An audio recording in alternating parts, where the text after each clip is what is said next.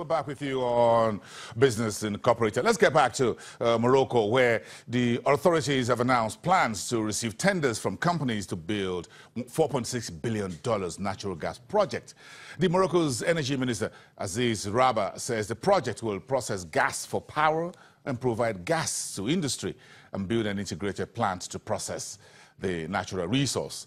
The energy minister also says the North African country is seeking to reduce its dependency on imported fossil fuels, with plans to generate 42% of its energy from renewables by the year 2020, or even surpass that target due to massive investments. The Moroccan government is also waiting for a court decision on the future of the country's only oil refinery, the bankrupt Samaya plant, and that will be on October the 21st.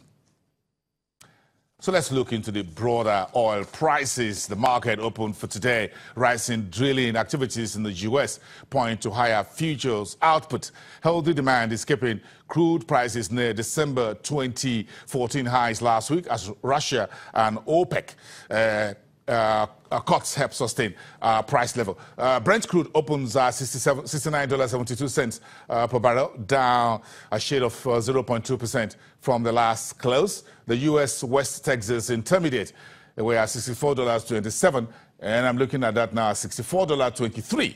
And that's a negative 0.17%. And that's getting a bit of a deeper cut. That's the U.S. oil, while the Brent is holding close to $70, which you saw late Thursday night last week. Oil markets have been well supported by production cuts led by the Organization of Petroleum Exporting Countries and Russia, which are aimed at propping up crude prices. And we move on to the world of metals. Gold, or what we call the bullion, pricing on Monday edged up since September as the US dollar slumped to a 3-year low against a basket of currencies. And of course, you heard that in the first part of the program, didn't you? The euro trading about 1.3 on the greenback. Spot gold edged up 0.1% at 1,339. And $46 after earlier touching its strongest since September 6 at $1,339.97. And I'm looking at gold right now at $1,342.40. That's a massive 0.6% gain. Spot gold rose for a 5th straight week last week, gaining 1.4%. U.S. gold futures were up about 0.5% at $1,339.7 an ounce. Now, this is about human capital investment. The president of the World Bank, Kim Yong-Kim, has described the benefits of human capital investment for the global economy. He was speaking at a human capital session at the annual meetings of the World Bank and the IMF last October. Mr. Kim explains the price the world will pay if we delay investing in human values. This is a very urgent matter. I've shown this slide many times. What's happening in the world is as people go online, their aspirations go up. We actually can measure that. What happens when you get access to broadband is that you use broadband to begin looking at how are other people living. And what happens in a measurable way is your reference income goes up. The income to which you compare your own actually goes up.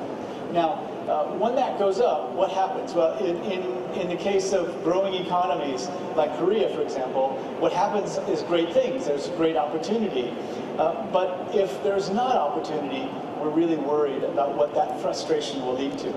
Now, if we can put this, this is just an indication of what the bank used to do. It was thought at one point that you invest in infrastructure first. And that investing in people, in fact, was once called social capital overhead. The idea was that if you invest in health and education, it might delay economic development. And that what you really needed to do was invest in the hard infrastructure that would allow countries to get rich first and then invest in their people later. There was a famous bank vice president, actually the first CEO and head of IFC, Robert Garner, who said Colombia at one point presented a beautiful balanced plan. Some investments in infrastructure, some investments in health and education. And he said, damn it, we can't go messing around with education and health. We're a bank. So it was fairly explicit. The things that you invest in are the things that lead to economic growth. And that when you have economic growth, then you think again about investing in people.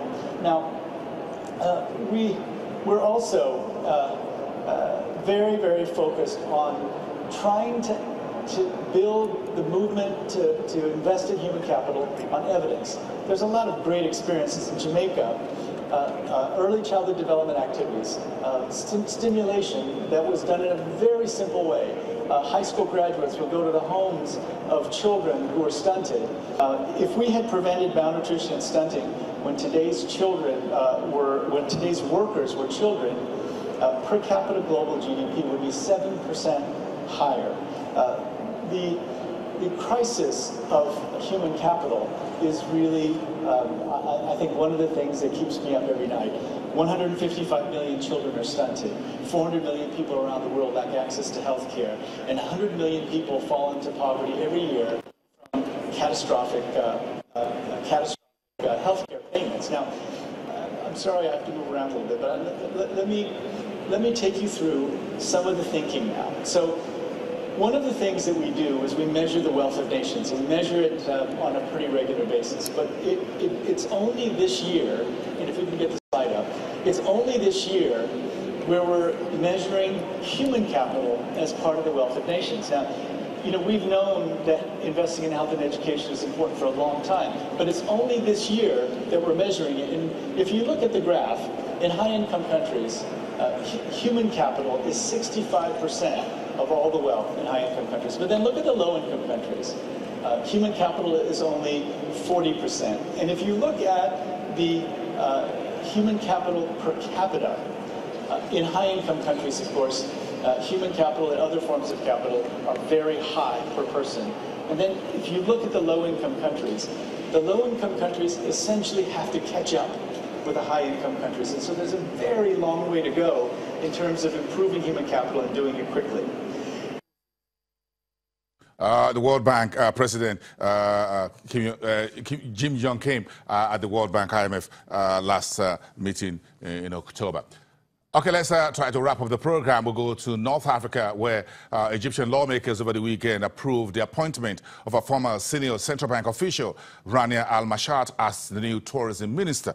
Al-Mashat, who held a top position at the central bank before moving to the International Monetary Fund, takes over from the tourism ministry after the sector was hit hard by the downing of a Russian airplane in 2015.